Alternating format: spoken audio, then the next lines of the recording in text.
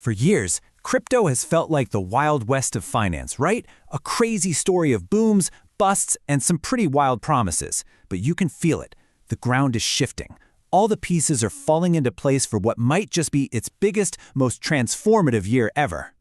So, let's just get right to it. The big question we're asking is this. Is 2026 the year crypto finally grows up? You know, the year it stops being on the fringes and moves right into the heart of the financial world. The data is telling a pretty compelling story. So let's dig into the numbers that are driving this whole conversation. First up, let's talk about the money. $50 billion. That's the predicted net inflow for U.S. spot crypto ETFs in 2026 alone.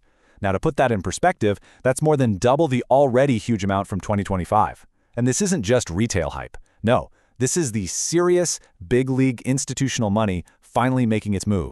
Next up, this number, $150,000. And look, this isn't some random number pulled from social media. This is the revised Bitcoin price target from a major global bank, Standard Chartered. And yeah, price isn't everything, but it is a massive vote of confidence from the heart of traditional finance. They're basically saying, we see a whole lot of room to grow here. And this might be the most important slide of all, because it shows the shift from just speculating to actual real-world use. The prediction is that the amount of money moving through stablecoins is about to be bigger than the ACH system. You know the ACH? That's the network that handles your paycheck, your direct deposits, your bill payments. We are talking about new crypto technology processing more value than a core piece of the old-school banking system.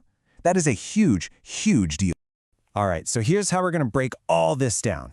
First, we'll talk about crypto's next chapter. Then, we'll follow the money with the institutional floodgates open. After that, we'll geek out a bit on the tech in the battle for the blockchain, and then cover the new rules for a revolution. And finally, we'll put it all together and see what it all means for you. So let's kick things off with crypto's next chapter. What we're really seeing here is a fundamental identity change for crypto. It's moving away from just being something to bet on and toward being deeply woven into the fabric of the entire global financial system. The key thing to understand is that 2025 was all about laying the groundwork, building the roads, the bridges, the infrastructure. But 2026, that's the year the traffic starts flowing. It's what the experts are calling a phase of real activation. We're moving from just testing things out to launching them at a massive scale. And what's driving all this traffic? Well, it's one thing: institutional money. Which brings us to our next section, the institutional floodgates open. This isn't a guess anymore. We have hard evidence that traditional finance, or TradFi, is done dipping its toes in the water.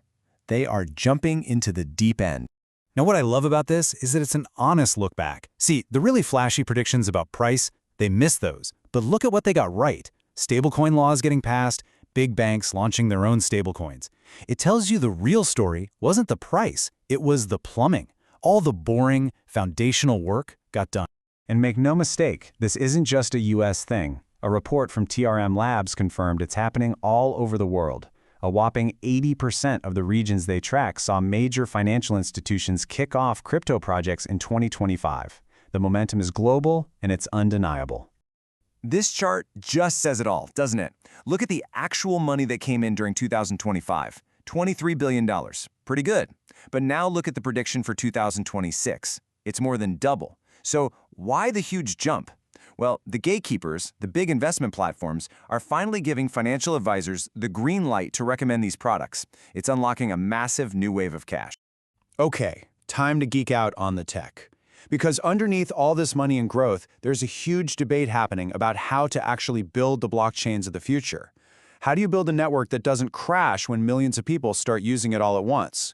It really comes down to a battle between two different philosophies. So, in one corner, you've got the monolithic approach. Solana is the most famous example here. Think of it like an all-in-one computer. It does everything, all the processing, all the data on one single powerful layer. This makes it incredibly fast and pretty simple for developers to use. The experience can feel super smooth. And in the other corner, you have the modular approach. This is Ethereum's big bet. Instead of an all-in-one, think of this like a custom-built computer with specialized parts. You have one layer that's great at handling transactions, another that's built for storing data, and another for settlement. It's definitely more complex, but it's designed from the ground up to scale, spreading out the work so no single part gets overwhelmed. So, It all boils down to a classic trade-off. Monolithic chains are simple and really fast, but as we've all seen with network outages, if one part fails, the whole thing can grind to a halt. Modular chains are way more resilient and built for the long haul, but yeah, they can be more complicated. The debate isn't about which one is faster today, it's about which design can actually support a global trillion-dollar system tomorrow without breaking. All right, so the other huge engine driving this change is regulation. For years, the biggest thing holding back the big institutions wasn't the tech, it was just uncertainty. Nobody knew what the rules were. But in 2026, that regulatory fog is finally lifting, and we're getting clear, predictable rules of the road.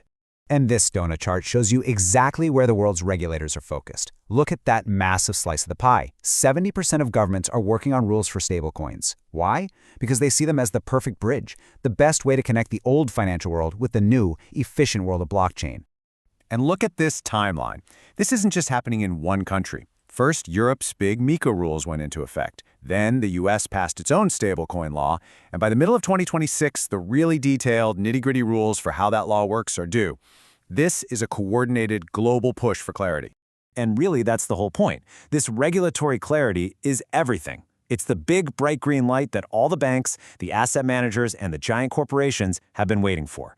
It finally gives them the confidence they need to stop just running small experiments and start making digital assets a core part of their business. Okay, so we've got the big money flowing in, the tech is getting serious, and we've got new rules. Let's pull all these threads together and talk about what this new world actually means for you. So let's boil it down to 4 key facts about this new reality. Number 1, the big institutions aren't just visiting anymore. They're a huge force in the market. 2, the tech is finally growing up and ready for prime time. 3, the days of regulatory guesswork are ending. And 4, because of all that, the wall that used to separate old finance and new finance is starting to crumble. But hey, with maturity comes more mature problems. One of the boldest predictions for 2026 is that we're going to see the first ever federal investigation into insider trading on a crypto prediction market. As these new markets get bigger and more legitimate, they start to attract the same old problems from traditional finance. The Wild West isn't gone, it's just getting more sophisticated. And that leaves us with one final big question to chew on.